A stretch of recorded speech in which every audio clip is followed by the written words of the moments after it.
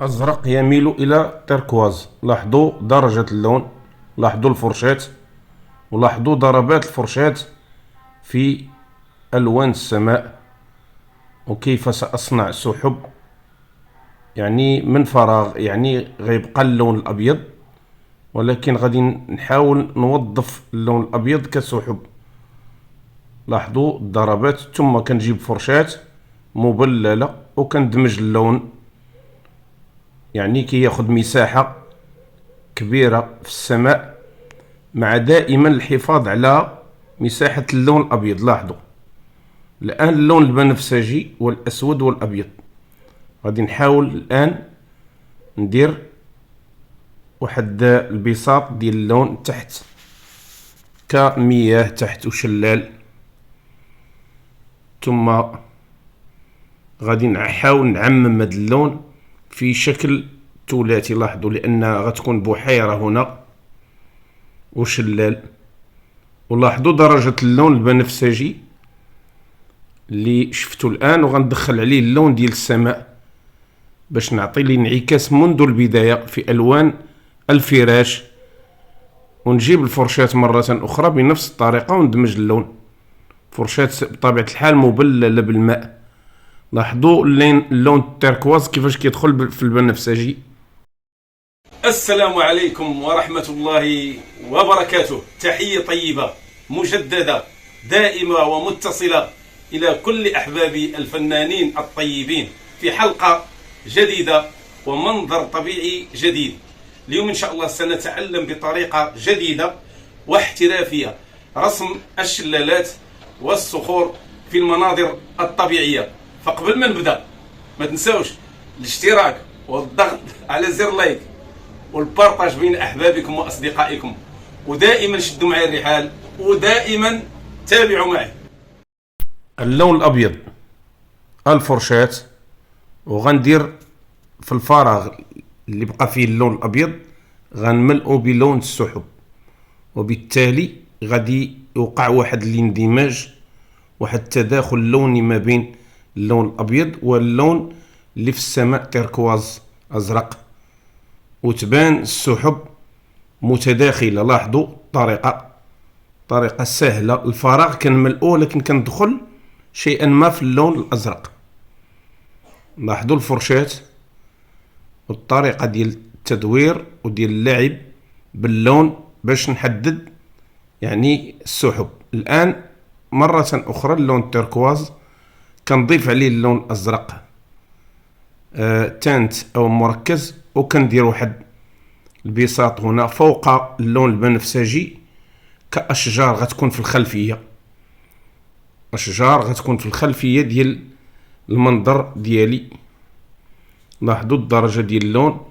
الآن غنضيف اللون تيركواز وغادي نعطي اللون مساحة في الخلفية. لاحظوا كيفاش غادي نحاول ما أمكن نعطي اللون مساحة، ونجيب اللون البنفسجي والأسود وشيء من الأخضر، قليل من الأخضر، وندير كذلك أشجار وبساط ديال المروج هنا، ودائما نخلي واحد المساحة ديال اللون الأزرق اللي درتو كأشجار في الخلفية، ونعطي المساحة كذلك لهذا اللون.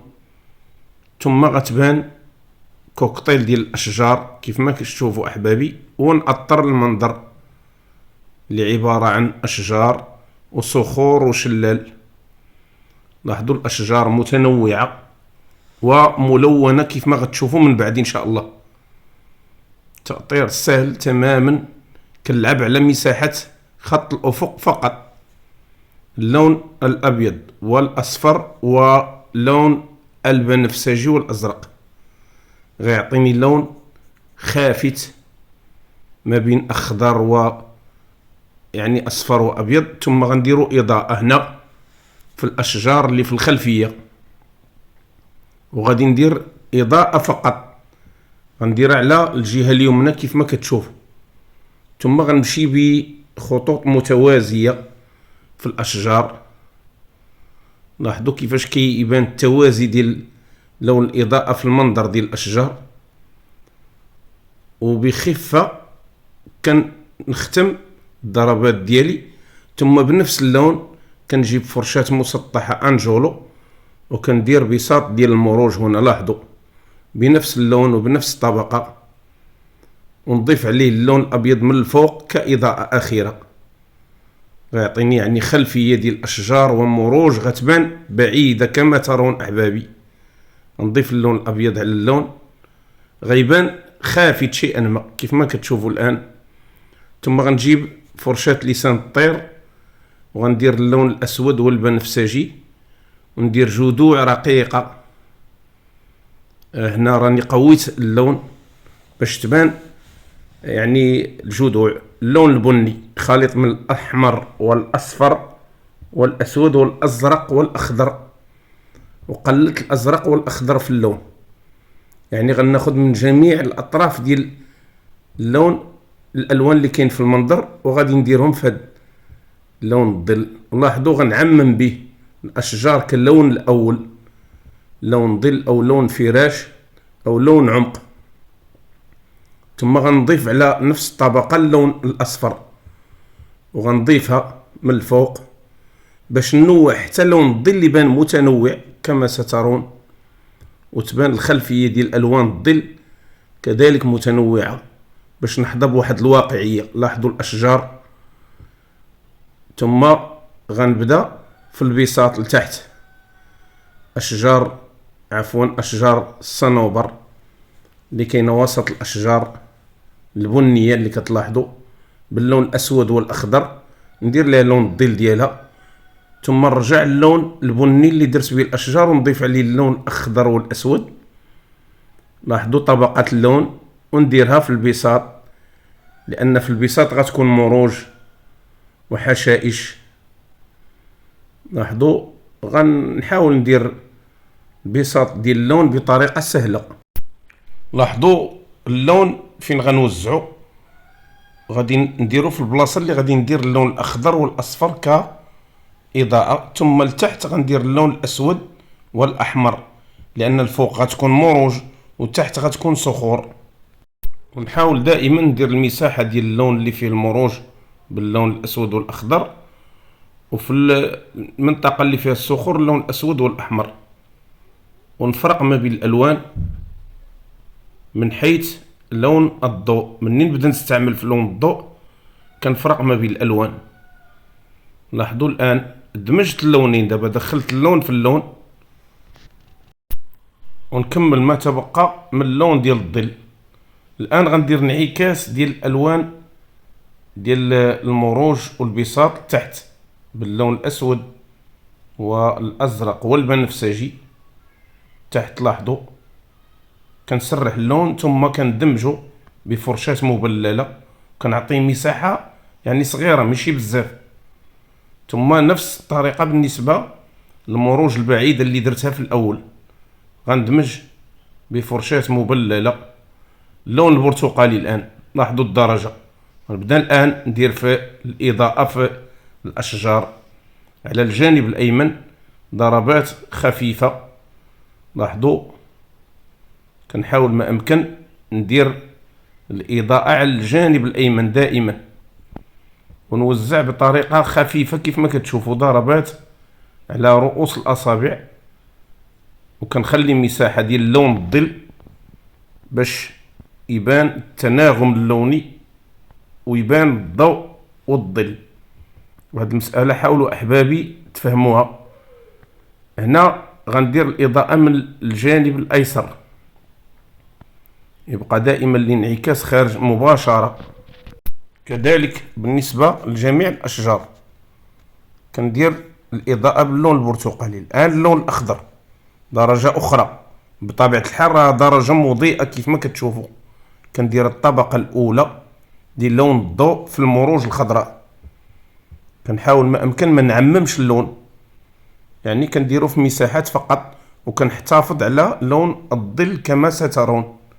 لاحظوا دائما باش تبان المروج بوحدة في مكان وفي الاخر. ثم كندير لون الاضاءة في الصخور لتحت باللون الاحمر والاسود والبنفسجي. الان كندير واحد المساحه ديال اللون الظل هنا باش نعطي واحد الشلال من بعد باللون الاسود والبنفسجي والازرق، وكندمج اللون كما العاده باش يبان اللون متداخل. درجه اخرى ديال الاخضر غنديرها في اشجار الصنوبر بفرشاة المروحه. لاحظوا كيفاش غنجيب اللون من الفوق لتحت، طبقه اخرى من اللون باضافه اللون الاصفر والابيض، وكنكمل الوان الضوء في اشجار الصنوبر. اللون الابيض من جديد مع زياده للون الازرق تيركواز، وغنبدا ندير في اضاءه في الاشجار على الجهه اليمنى والجهه اليسرى. لاحظوا طريقه عمل الفرشاه، كنحاول ما امكن نخدم بسلاسه. لاحظوا كيفاش كنجر الفرشاه باش ندير الموتيف ديال الاشجار، ديال هذا النوع ديال الاشجار البيضاء الجميله الصافيه، غادا تعطي لي المنظر واحد الجمال ورونق كيف ما كتشوفوا على اقصى اليمين ديال كل جذع، وبخط يعني دقيق جدا عمودي. كنجيب الجره من الفوق الى التحت، ثم كتلاحظوا الطريقه ديال العمل. والفرشاه مسطحه احبابي مسننه. اللون البرتقالي يميل الى الاحمر، احمر برتقالي. غنديرو مره اخرى على الجانب الايسر من الاشجار الاولى، ثم غندخلو فيما تبقى من الاشجار، نديرو كذلك كاضاءه ونوزعو بشكل خفيف، ضربات هنا وهناك حتى ياخذ حتى هو الحق ديالو في الالوان، لان هذه اشجار ملونه. اللون البرتقالي الان درجه اخرى باضافه الاصفر. كنحاول ما امكن نوزع الالوان. الان الاصفر، اللون الاصفر غنديرو على الجهه اليمنى من الاشجار الاولى، لاحظوا، وغنوزعو بدقه كيف ما كتشوفوا. كنحافظ على الالوان الاولى اللي درت، وكيبقى اللون الاصفر طاغي على المنظر باش يعطي اضاءه كامله ومتكامله. كنوزعو في جميع الاشجار. لاحظوا الان اللون الاصفر والاخضر غنديرو كاضاءه للمروج الاخيره كيف ما غتشوفوا، وغنوزعو في مساحات فقط، ونحافظ على اللون الاخضر في المساحه. لاحظوا احبابي كيفاش كنوزع اللون بدقه وبسلاسه وبسهوله. ثم غنجيب اللون الاخضر والبرتقالي وغنديرو كانعكاس تحت الشلال وتحت المياه، ونحاول ندمجو بفرشاة عريضة. لاحظوا احبابي، ونضرب يمينا ويسارا، ثم اللون الابيض من جديد باش ندير الانعكاس الضوئي في المياه بفرشاة المروحة، ونرسم الشلال في الاخير. لاحظوا الخطوط الافقية. الان غندير الشلال ديالي بفرشاة المروحة، لان فرشاة المروحة كتعطيني الضربات الجميلة وكتبين لي شكل الشلال وشظايا تطاير شظايا المياه بشكل جميل. فرشاة رائعة دائما لهذا الغرض كنخدم بها احبابي. لاحظوا الشكل ديال تطاير المياه وكيفاش كنصنعو بفرشاة المروحة، كيفاش كنوزع المساحة. الان فرشاة عريضة واللون الابيض، كندير خطوط عريضة باش تبين لي الانعكاس الضوئي في المنظر الطبيعي. وبهكذا نكون ختمت المنظر احبابي، منظر جميل ورائع. لاحظوا احبابي ضربات ديال لون الاضاءة بخطوط يعني رقيقة. نختم ما تبقى ضربات ديال الفينيسيو للاضاءة في الصخور، وهكذا يكون جاز المنظر الطبيعي للصخور والشلال. احبابي في الله، كنتمنى من الله تكونوا استفدتوا من هذه الحلقه. ما تنساوش دائما الاشتراك والضغط على زر اللايك. السلام عليكم ورحمه الله وبركاته.